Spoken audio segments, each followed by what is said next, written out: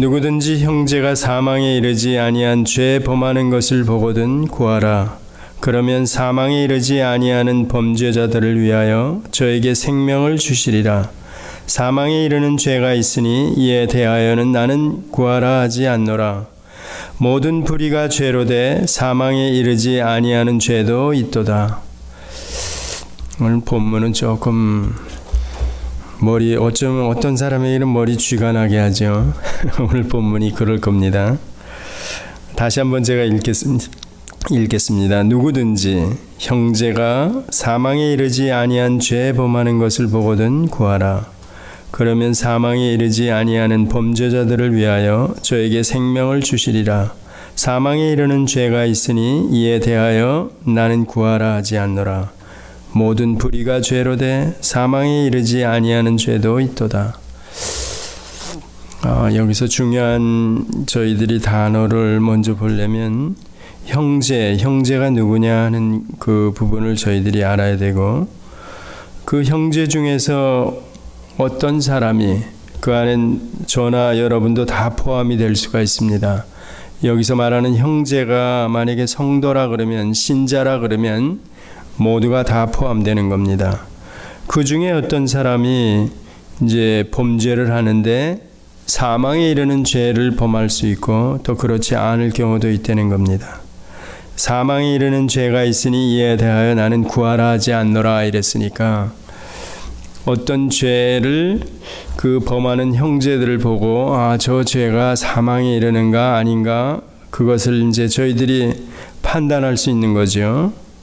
그리고 17절에 보니까 모든 불의가 죄로 돼 사망에 이르지 아니하는 죄도 있도다, 이렇게 또 설명을 합니다. 자, 그러면 신자도 형제도 죄를 범할 수 있다. 예, 그렇죠. 저희가 죄를 범할 수가 있습니다. 왜 범할 수 있는가 하면 우리 안에 본성이 그대로 남아있고, 그 다음에 세상이 또 저희들을 공격하고 유혹하고 그러기 때문에, 그 다음에 사탄 마귀가 결정적으로 또 우리를 범죄하도록 이렇게 유혹하고 공격하고 있다는 겁니다. 결론은 신자가 된 이후에 우리는 이제 죄와는 상관이 없는 그런 자로 이 땅을 살아가는 자들은 아니라는 겁니다. 그러니까 누구나 다 죄의 유혹으로부터 이렇게 제외된 사람은 없습니다. 스스로 또 우리 안에 본성이 상당히 크게 작용을 합니다. 그 본성 때문에 그 유혹을 쉽게 물리치기가 어렵죠. 어려운데 그렇다고 우리가 그러면 죄를 범하는데, 그러면 그런 죄 가운데 사망에 이르는 죄가 있느냐? 오늘 본문은 이제 그렇게 얘기하는 거죠. 그럴 수도 있다. 또 사망에 이르지 않는 죄를 범할 수도 있다. 이랬을 때 사망에 이르지 않는 죄 범하는 자들을 위해서 이제 구하라는 겁니다. 근데 그런 자 중에서 어떤 자가 사망에 이르는 죄를 만약에 짓는다 그러면 그건 구하지 말라 그러는 겁니다. 상당히 어렵습니다. 일단은 남을 보기 전에 자기 스스로를 돌아보면, 제가 이렇게 살아가면서 죄의 유혹으로부터 또 제 안에 있는 본성 때문에 제가 어떤 경우 모든 불의가 죄라 그랬으니까, 구원 얻은 이후의 신자들의 삶이 계속 하나님이 보시기에 괜찮은, 또 불의한 것은 전혀 드러나지 않는 그런 삶을 사는 것은 아닙니다. 그렇게 사실 사는 사람이 있을까 그랬을 때 아마 거의 없을 겁니다. 못 삽니다, 실제로는. 그러면 제가 남을 위해서 구하고 이러기 전에 제 스스로가 별반 다를 거 없는 거 아닙니까? 50보 100보죠. 같은 형제 안에, 형제 중에서 또 신자라 그러는 저희들끼리, 이게 내용상으로 보면 쉽게 저희들이 그냥 받아보면, 저 말고 다른 형제, 신자가 사망에 이르지 않는 죄를 범하면 구하라, 이런 얘기거든요. 그런데 다른 형제를 보기 전에 제가 저나 다를 바가 없는 거 아닙니까? 누구를 위해서 구하고 이럴 위치가 사실은 안 된다는 얘기죠. 저뿐만이 아니라 다른 사람도 마찬가지로. 그러니까 점점 더 이 본문 상당히 이해하기가 어려운 겁니다. 그런데 그런 형제 중에서 사망에 이르는 죄를 범하는 자도 있다, 이렇게 나오는 겁니다. 요한 1서에 이렇게 나오니까 야, 이건 저희들이 수요일 날 저녁에 돌아보면서 히브리서를 돌아보면서 6장, 히브리서 6장과 10장 거기 돌아보면서 한번 비춤을 얻고 하늘의 은사를 맛보고 성령에 참여한 자가 이러면서 범죄하면 이랬을 때 저도 그렇게 설명을 했죠. 그 본문이 그 뒷 구절을 읽어보면 이거는 우리가 그런 내용이 아니다. 구원 얻은 이후에 다시 범죄해서 다시 하나님을 떠날 수가 있느냐, 그런 얘기가 아니다. 그렇게 설명을 했죠. 그런데 오늘 이 본문을 보면 그 본문과 부딪히는 겁니다. 형제, 분명히 형제라 그러고 이 형제는 저희들이 쉽게 그냥 바로 이해를 하면 신자라고 이렇게 볼 수 있는데, 이 신자가 죄에 범한다는 거는 예, 맞습니다. 거기서나 히브리서나 여기서나 다 범하는데 그 중에 어떤 사람은 구하지 않아야 될, 구하지 말라, 사망에 이르는 죄를 범했기 때문에 이렇게 나오니까 히브리서 얘기하고 여기 얘기하고 부딪혀지는 겁니다. 그러면 이 본문을 저희들이 어떻게 이해해야 되는가 이랬을 때 또 이런 본문을 가지고 이제 칼빈 얘기하는 겁니다. 저 칼빈 5포인트도 얘기하면서 궁극적인 구원 이렇게 얘기하면서 한 번 얻은 구원을, 그것도 하나님께서 100% 주어지는 믿음에 의해서 우리를 살려낸 자가 바로 하나님이시기 때문에 우리 쪽에서는 어떤 조건도 거기에 들어갈 수가 없기 때문에 하나님이 시작하신 일을 하나님이 완성시키신다, 이렇게 가리키고 있습니다. 그렇다면 그 안에 어떤 형제가 사망에 이르는 죄, 우리가 구하지 않아야 될 그런 죄를 범하는 자도 있을 수 있을까 이랬을 때 정면으로 이 칼빈이 가리키는, 칼빈이 이해하는 성경, 또 저희들이 지지하는 그 성경이 부딪히게 되는 겁니다. 그러면 요한이 얘기하는 이 얘기는 뭐야? 이렇게 되는 겁니다. 그러면 차라리 여기서 어떤 형제들이 죄를 범하는데 그 죄들은 사망에 이르는 죄들이 아니다. 베드로 얘기로 얘기하면 몸통을 다시 씻어야 되는 죄가 아니고 손발 씻는 죄다, 이렇게 설명하면서 그들을 위해서 구하라. 그러면 이 본문이 사실은 부담이 없습니다. 히브리서하고 부딪히지도 않고. 그런데 여기 보니까 사망에 이르는 죄가 있으니 이에 대하여 나는 구하라 하지 않노라. 그들 중에, 형제 중에 어떤 자는 사망에 이르는 죄를 범한다는 겁니다. 자, 이렇게 보니까 참 어려워지는 겁니다. 그래서 이럴 때는 성경 한 본문만 가지고, 요한일서만 가지고 저희들이 이해하려고 그러면 굉장히 부딪히고, 금방 말씀드린 대로 히브리서를 끌고 와도 또 부딪히고, 자꾸 이럴 때는 어떻게 그러면 이 문제를 해결할까 이랬을 때는 성경을 자꾸 피는 겁니다. 그래서 전체를 펴서 보고 성경 내용으로 전체를 넣고 보고, 그러면 옛 언약과 새 언약, 쉽게 얘기하면 구약과 신약 둘로 나눠지고, 그 다음에 이렇게 가늠하는 기준을 또 지난번에 오순절 사건을 제가 말씀을 드렸죠. 구약과 신약이 결정적으로 갈라지는 그 포인트, 기준은 오순절 사건이다 그랬으니까 오순절 이후와 오순절 이전, 오순절 이전은 저희들이 쉽게 표현하면 성령이 내주하지 않고 성령이 외적으로, 즉 하나님이 외적으로 하나님의 백성들을 인도해 가시면서, 더군다나 이스라엘 백성을 보니까 시내산 언약을 맺은 이후에는 쌍방 언약을 맺었기 때문에 그의 범죄에 의해서 그냥 즉각 저주와 심판이 임할 수도 있고, 그런데도 불구하고 그 저주와 심판이 그 백성 전체에게 임해도 되는데도 불구하고 하나님께서는 은혜를 베푸셔서 계속해서 그 백성들을 다시 죄악 가운데서 돌아서도록 하나님의 열심으로, 하나님이 포기치 못하는 그 사랑으로 자기 백성들을 돌아오도록 부르셨다. 오순절 이전에는 그게 구약의 스토리다 이렇게 설명을 드렸습니다. 그만큼 하나님이 자기 백성을 삼은 그들이 이미 약조를 했는데 계약을 했는데도 불구하고 범죄했는데 그냥 내팽개치지 않고 사실상 계약의 조건으로 보면 시내산 언약의 조건으로 보면 그들이 멸망받아야 멸망받는 거 당연한 겁니다. 싼 겁니다. 진짜 세상 말로. 그런데도 불구하고 하나님께서는 끈질기게 하나님 포기치 않고 자기 백성들을 계속 부른다.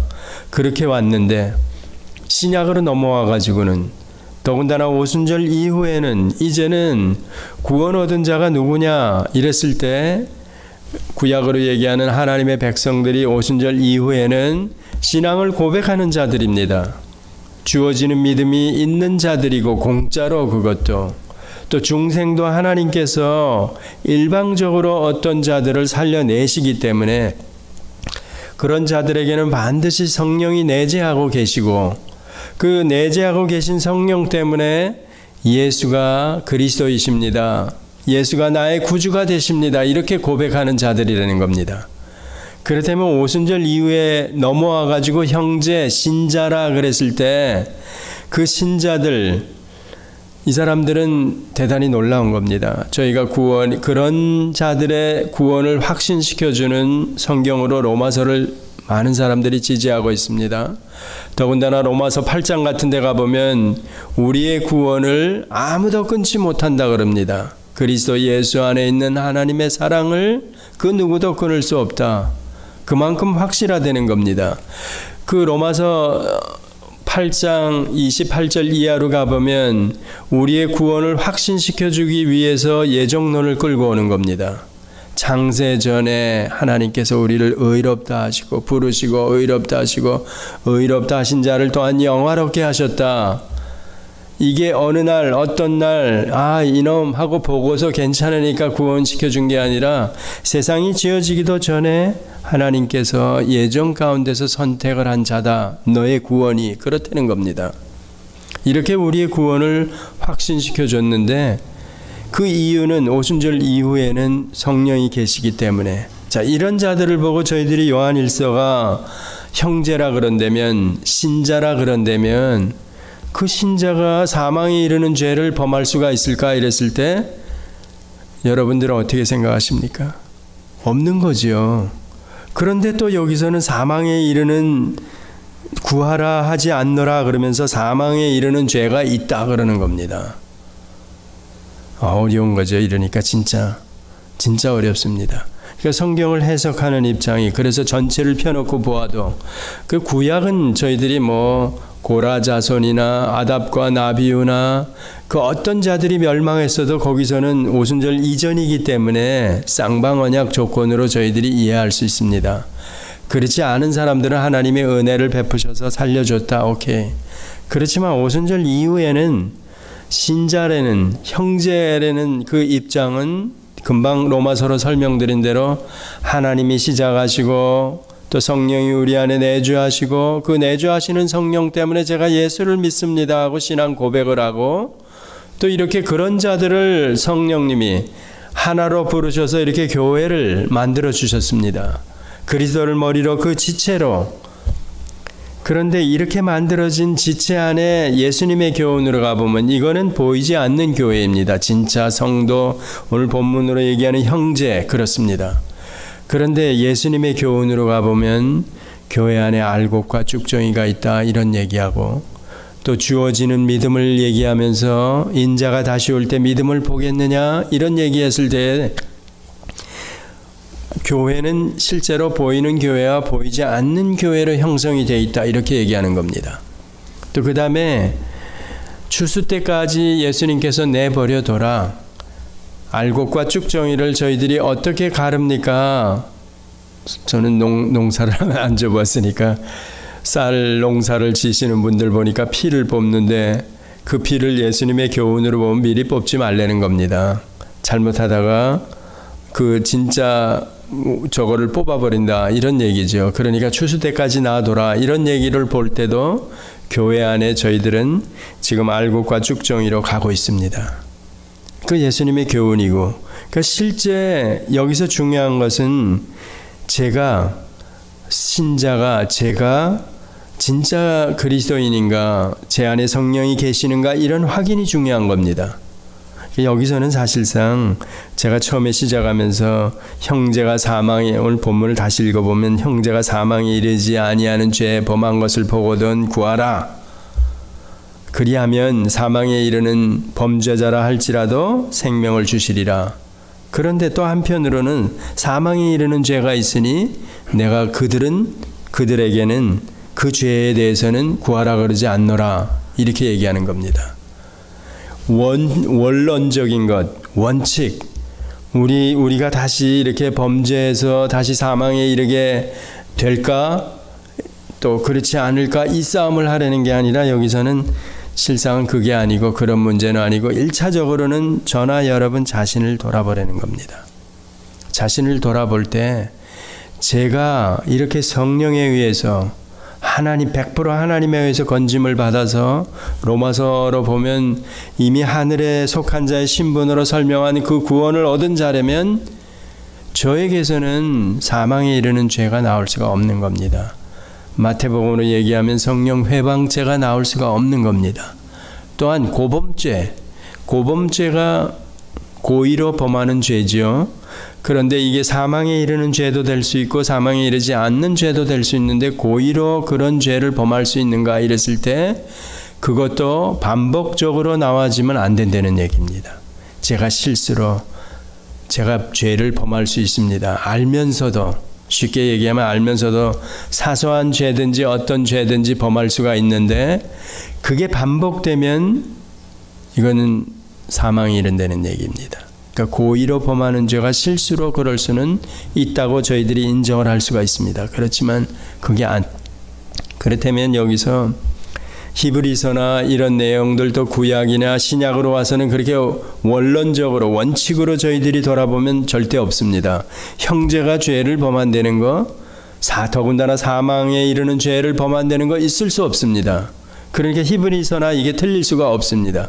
그런데도 불구하고 왜 사망에 이르는 죄를 범하는 사람이 있는 것처럼 얘기하면서 그들을 위해서는 왜 구하라 하지 않느냐 이랬을 때, 그거는 아까 예수님 설명대로 교회가 지금 순수하게 보이지 않는 교회만 이렇게 이루어져 가지고 그런 교회만 있느냐 이랬을 때 그게 아니라는 얘기죠.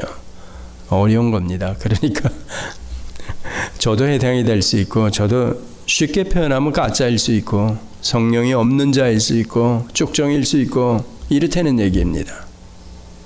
그걸 먼저 돌아보고 그러면 만약에 제가 쭉정이라면, 제가 가짜라면, 제가 교회 안에 들어와 있으면서 목사도 되고 장로도 되고 다 되고 있다가 어느 날 배교도 할 수 있고, 어느 날 사망에 이르는 죄도 범할 수 있고, 그렇다는 얘기입니다.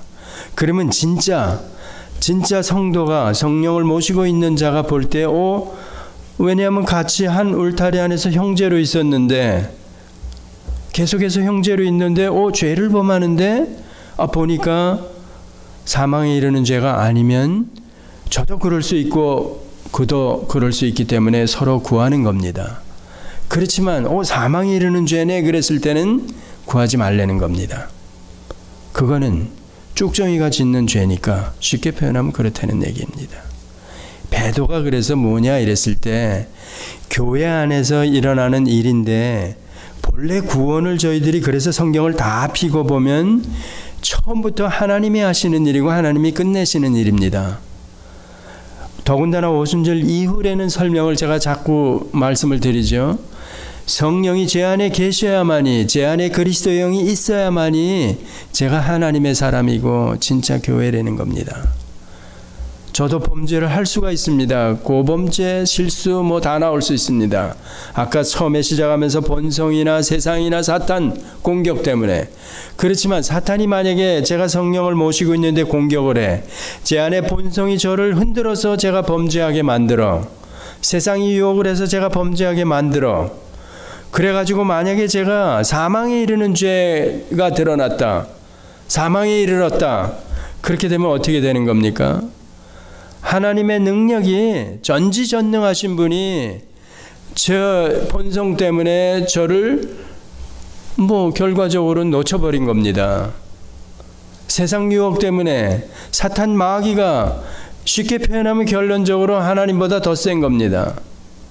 제 본성이 그건 말이 안 된다는 얘기입니다. 그러니까 그런 것 전체를 다 가지고 저희들이 펴볼 때 이 얘기가 뭔가 하는 것, 그걸 여러분들이 머리에 쥐가 나게 좀 생각을 해보셔야 됩니다. 여기서 괜히 칼빈 예정론을 끌고 오고 알미니우스 끌고 오고 막 이렇게 지엽적으로 좁게 생각해서 싸우면 본래 그 성령에 의해서 기록된, 요한에 의해서 기록된 이 본문 의도하고는 벗어나게 되는 겁니다. 자, 도움이 될까 해서 시간이 많지 않기 때문에 18절을 한번 읽어보겠습니다. 그 뒷절 많이 도움이 되죠. 하나님께로 난 자마다 범죄치 아니하는 줄을 우리가 아노라. 하나님께로서 나신 자가 저를 지키심에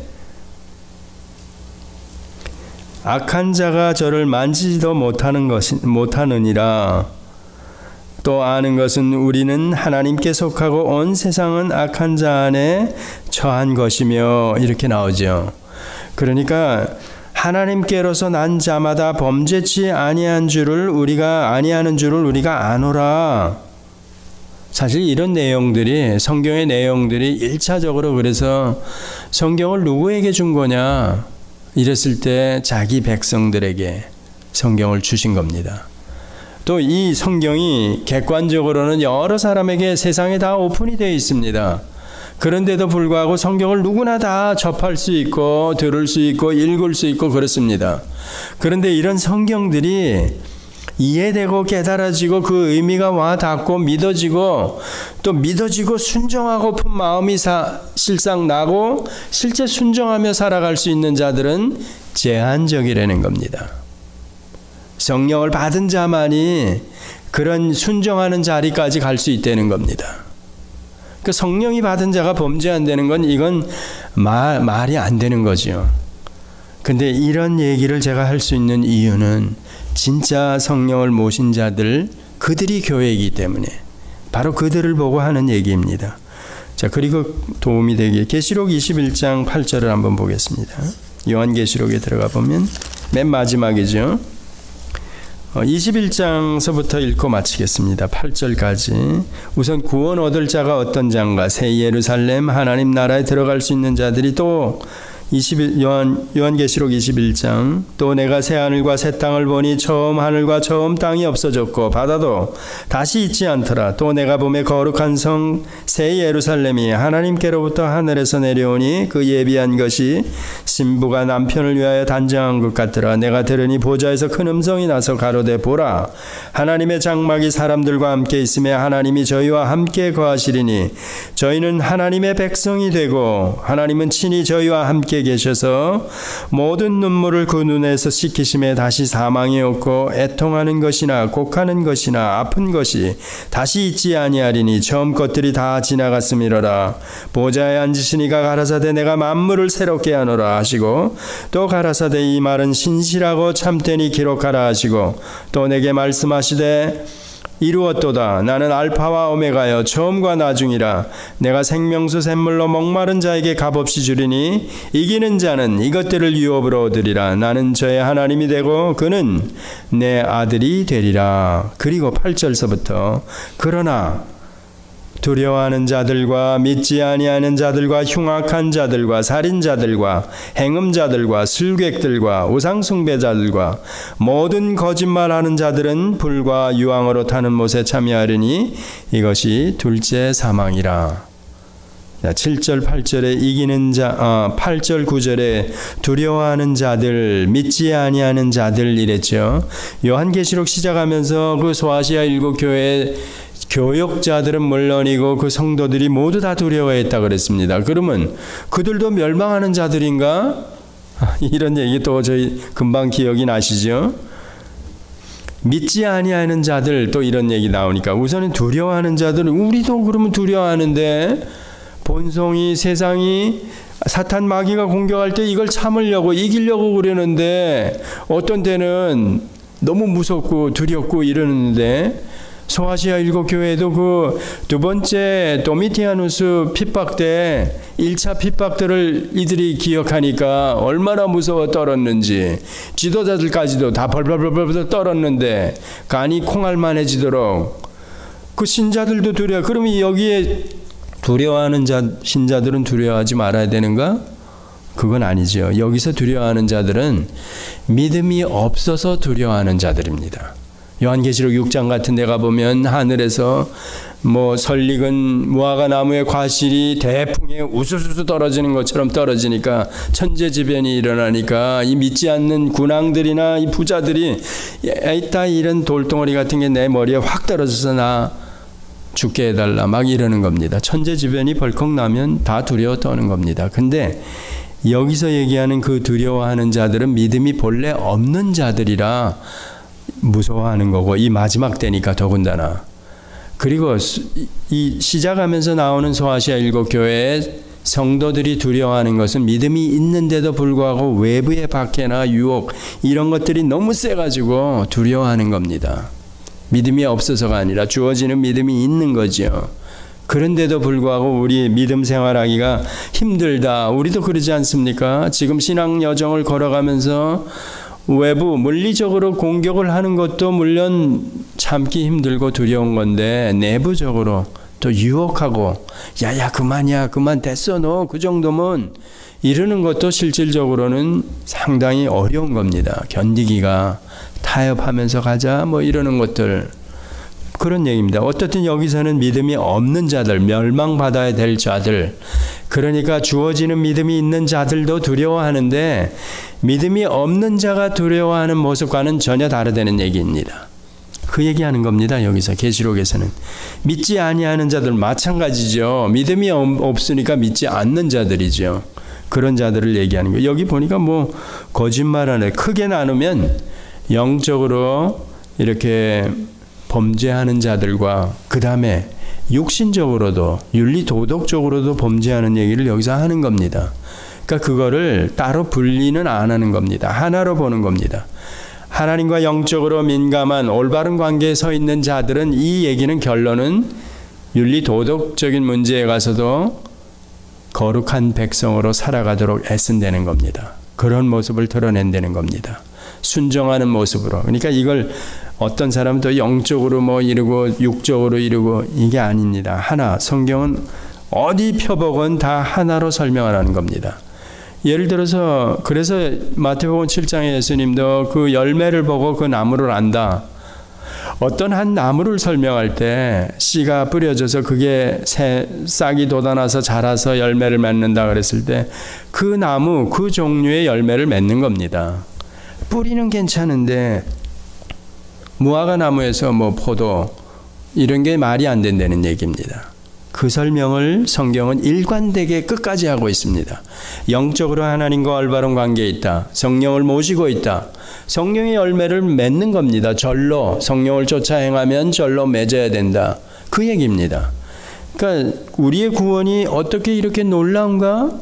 야, 그러면 내가 어떻게 살아야 되겠다. 그런 각오는 반드시 서 있다는 겁니다. 우리의 신앙의 선조들, 조나단 에드워드, 모든 신앙의 선조들을 다 끌고 와도 교파를 초월해서 스펄전도 마찬가지. 그런 사람들 다 끌고 와도 성경에 바로 선 사람들은 성경이 교훈한 바대로 살아가려고 애쓴 사람들입니다. 그러니까 일람표를 만들어 가지고 내가 오늘은 이렇게 쭉 살아야 되겠다. 또 전체 자기 생애에 일람표를 세워 가지고 이 문제는 내가 항상 내가 이겨야 된다. 뭐 죄 문제 오늘 얘기하면서 이런 죄들, 유혹들 종류별로 쫙 나눠 가지고 매일 아침 일어나면서 읽었다는 겁니다. 오늘도 세상살이 하면서 내가 어떻게 승리하는 삶을 살을까 읽고 시작했다. 저녁에 와서 보니까 이게 다 실수한 겁니다. 다 깨진 겁니다. 또 그 다음날 읽고 또 그 다음날 읽고. 조나단 에드워드 목사님 같은 사람은 그 일람표가 굉장히 길다 그랬죠. 그렇게 세워놨다는 겁니다. 왜? 하나님의 백성으로 유혹이 많고 어려운 세상에 믿음으로 승리하기 위해서 또 우리들이 가는 이런 승리에서 걸어가는 걸음걸이를 보고 초보들이나 누군가 하나님의 택자들이 하나님의 은혜로 그를 바라보고 불러들이게 하기 위해서, 거기에 제가 여러분이 쓰임을 받고 있는 거 아닙니까? 바로 그겁니다. 성령을 모시고 있는 자 절대 범죄할 수 없습니다. 성령 회방죄, 고범죄, 배교 입은 이거는 아니라는 얘기입니다. 좀 고민하면서 오늘 본문을 가지고 여러분이 나중에 개인적으로 결론을 이렇게 내시기 바랍니다. 기도하시겠습니다. 하나님 아버지, 그렇습니다. 전능하신 분, 그분이 창세전에 그것도 그리스도 안에서 어떤 자들을 택하시고 은혜를 베푸셔서 이렇게 구원 얻은 하나님의 백성으로, 그 사실을 저희들이 성경을 통해서 또 성령을 통해서 알고 믿고 확신하게 하여 주시고, 다시는 앞으로도 사망에 이르는 죄는 물론이고 어떠한 불의도 범하지 않마 하면 그런 각오를 가지고 믿음으로 살아가게 하여 주십니다. 우리의 의지로는 안 되고 성령 하나님이 충만하게 우리를 인도해 가시면서 이 걸음을 걷게 하십니다. 아버지 하나님, 감사합니다. 그리스도로 말미암아 얻은 구원이 이렇게 놀랍고 이렇게 크다면 잠시 잠깐 이 땅에 살면서 어떤 삶을 살아야 하는지 새롭게 날마다 저희들이 이 각오를 다짐하게 하여 주시옵소서. 예수님의 이름으로 기도드렸습니다. 아멘.